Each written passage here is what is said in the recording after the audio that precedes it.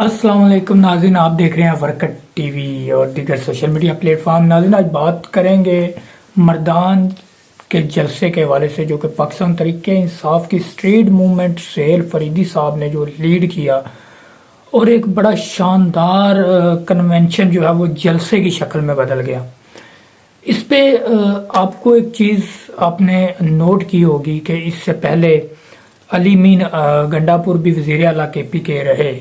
लेकिन उन्होंने अपने सूबे की हद तक जो है वो काम किया, या अपने सूबे के हद तक जो है वो खान साहब की पाकिस्तान तहरीक इंसाफ की पॉपुलैरिटी को इंजॉय किया और उन्होंने अपनी वजारत को भी इंजॉय किया। लेकिन ये सुहेल फरीदी एक ऐसा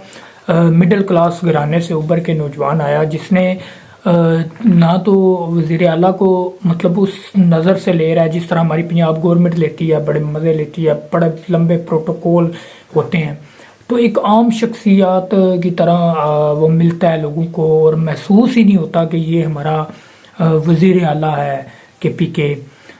तो उसने दो चीज़ें की हैं। एक तो उसने स्ट्रीट मूवमेंट की जो जिम्मेदारी सुहेल अफरीदी को दी गई,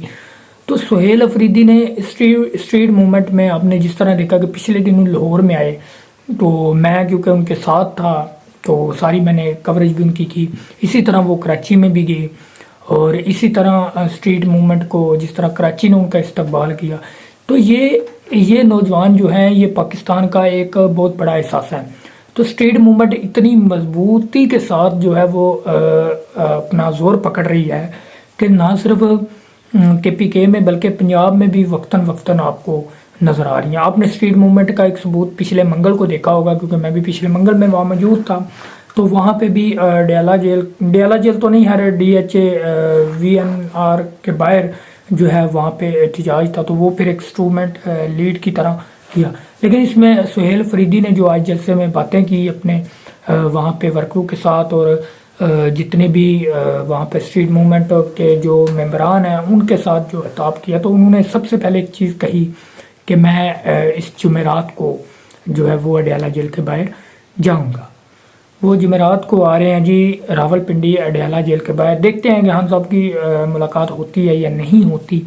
लेकिन इसके बरक्स नईम पंचोता साहब ने एक जो प्लान तैयार किया, बड़ा अच्छा प्लान हुआ उनका, कि उन्होंने कहा कि यहाँ तो हम आके बैठते हैं हर दफ़ा, क्यों ना हम स्ट्रीट मूवमेंट को पंजाब में रावलपिंडी से शुरू करें, जो कि लाहौर से शुरू करने का एक प्लान था, लेकिन उन्होंने रावलपिंडी से शुरू किया। जिस तरह पिछली दफ़ा चली उधर से ही उठे और उन्होंने एक रैली की शक्ल बनाई जिसमें शायद हटक साहब भी थे, पार्लियामानी कमेटी के जो थे रहनुमा, वो भी। तो शायद हटक साहब भी जब वहाँ पे निकले हैं तो फिर आगे आपको पता है फिर गिरफ्तारियाँ भी हुई और एक नजम नामी बड़ा मुतहरक नौजवान भी गिरफ्तार हुआ।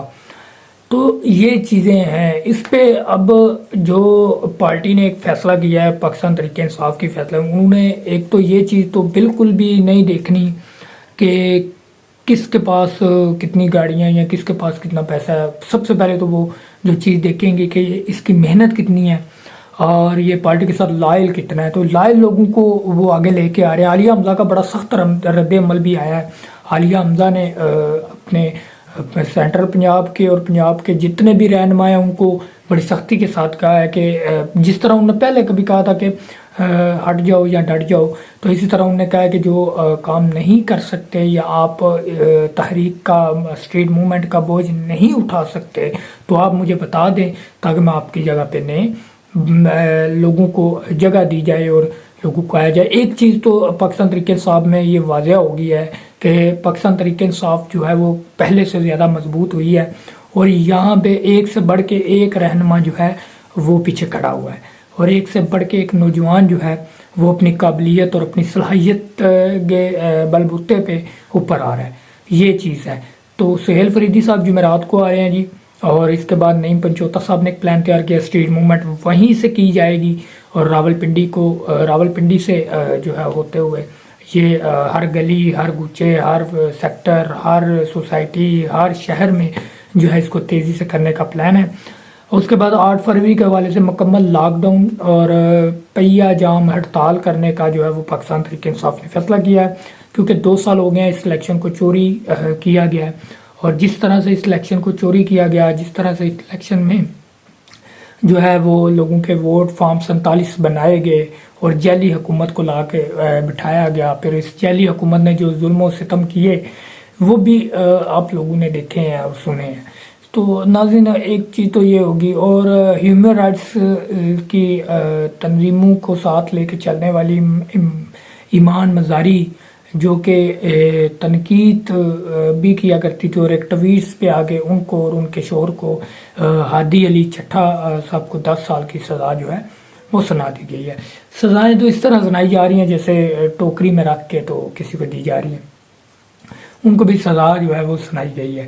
دوسری طرف ناظرین، پاکستان تحریک انصاف کے بہت سارے ورکر جو ہیں انہوں نے ایک آواز لگا دی ہے۔ آواز ان کی یہ ہے کہ میں ایم پی اے ہوں، میں ایم این اے ہوں، یعنی کہ ہر ورکر کو ایک توثر دیا گیا کہ آپ ہی اس پارٹی کے لیڈر بھی ہیں، آپ اس پارٹی کے چیئرمین بھی ہیں، اور آپ اس پارٹی کے ایم این ایز بھی ہیں، آپ اس پارٹی کے ٹکٹ ہولڈر بھی ہیں۔ کیونکہ میں آج ورچوئل جلسے میں بھی میں نے خطاب کیا، آج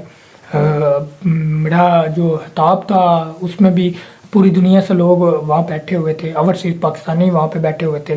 تو یہ بھی ایک بڑا زبردست آئیڈیا دیکھے لگایا ہے کہ بغیر پیسوں کے صرف ایک وائی فائی چاہیے اور لاکھوں لوگوں کو وہ آواز جو ہے چلی جاتی ہے اور جمع کر دیا جاتا ہے۔ تو وہ بڑا اچھا ورچوئل جلسہ ہوا ہے آج، اور اس میں گل آفریدی صاحب ہیں وہ وہاں پہ شامل تھے، ڈاکٹر نواب صاحب ہیں پاکستان سے وہ وہاں پہ شامل تھے، اور دیگر ہمارے مرزا صاحب سے انہوں نے خطاب کیا ہے، کوئی ارانا صاحب ہے اٹلی سے انہوں نے خطاب کیا ہے۔ تو یہ چیزیں ہیں، یہ جو سوشل میڈیا پہ کام کرنے والے ہیں، یہاں جو اوورسیز ہیں جو اپنے اپنے حلقوں کے سرپرست ہیں،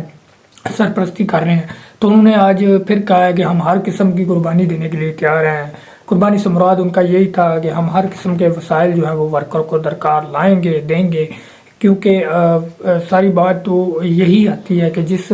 وسائل پہ کام کرنا چاہیے یا جس پہ پارٹی کو کام کرنا چاہیے تھا یا پارٹی کے رہنماؤں کو جو کرنا چاہیے تھا وہ اوورسیز کو کرنا پڑ رہا ہے۔ تو ایک تو چیز یہ ہوگی، اور دوسری چیز یہ بھی ہوگی ہے کہ اگر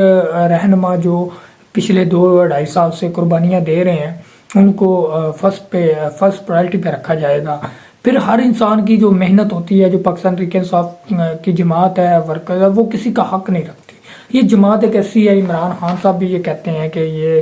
ملک میں جو بھی محنت کر کے اوپر آئے گا اس کو جو ہے وہ ٹیلنٹ کی بیس پہ اس کو رکھا جاتا ہے۔ تو ناظرین، یہ یاد رکھیے گا کہ عمران خان صاحب اگر جیل میں موجود ہیں تو کچھ نالائق ہمارے جو ہیں رہنما ان کی وجہ سے بھی ہے، کیونکہ 8 فروری کو جو ووٹ دیا گیا تھا وہ ووٹ ایک انقلاب کی صورت میں ووٹ برپا ہوا تھا، اور 2/3 اکثریت سے زیادہ جو ہے وہ عمران خان کے چاہنے والوں نے گھروں سے نکل کے عمران خان کو ووٹ دیے تھے، اور ووٹ دینے کے بعد جو ہے انہوں نے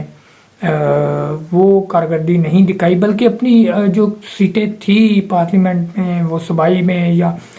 قومی اسمبلی میں، تو وہ بھی 90 کے قریب انہوں نے اپنی کھوئی ہیں، ان کو بھی بچا نہیں سکے۔ تو جتنی بڑی جماعت پاکستان تحریک انصاف میں وکلا کی تھی اس پہ بھی بہت زیادہ تنقید کی جاتی ہے۔ تنقید اس لیے کی جاتی ہے کہ ہاں تو دور کی بات ہے، آپ لوگ تو ایک ورکر کو نہیں چھڑوا سکتے، یا کسی ایک ورکر کا کیس بھی نہیں لے سکتے یا لڑ سکتے، تو پھر آپ جو فیسیں لے رہے ہیں یا پارٹی فنڈز سے جو فنڈز آپ کو ملتے ہیں تو وہ آپ اس کے حقدار نہیں ہیں۔ یہ پارٹی کی چیزیں ہیں اور پارٹی کو ہی ڈیسیجن پہ دیکھنا چاہیے اور کرنا چاہیے۔ ناظرین، 8 فروری کے حوالے سے اسٹریٹ موومنٹ ہے، اور پہیا جام ہڑتال بھی ہے، اور بند مطلب بند پاکستان میں تاجر حضرات دکانیں وغیرہ بند کرنے کا یہ ایک ہندیہ دیا ہے، اور سہیل فریدی جمعرات کو جیسا کہ آ رہے ہیں، علی حمزہ کا بڑا سخت رد عمل ہے۔ تو ایک چیز تو یہ ہوگی، اور دوسری یاد رکھیے گا کہ آپ سوچ لیں کہ پنجاب میں، پورے پنجاب میں ایک بہت بڑی تبدیلی آ رہی ہے۔ تبدیلی سے مراد یہ ہے کہ پنجاب جو ہے وہ پاکستان تحریک انصاف کی کمان پنجاب میں کسی کو دی جا رہی ہے، یوتھ میں بھی اور مرکزی میں بھی اور مدر باڈی میں بھی یہ خبر ہے، اور یہ کنفرم خبر ہے، اور اس میں اسلام آباد کی بڑی بیٹھک میں بھی بات چیت ہو چکی ہے۔ بہت شکریہ ناظرین، میں امید کرتا ہوں کہ آپ نے یہ ولاگ سنا ہوگا، دعا میں یاد رکھیے گا، انشاءاللہ پھر ملتے ہیں نئے ولاگ کے ساتھ۔ اللہ حافظ۔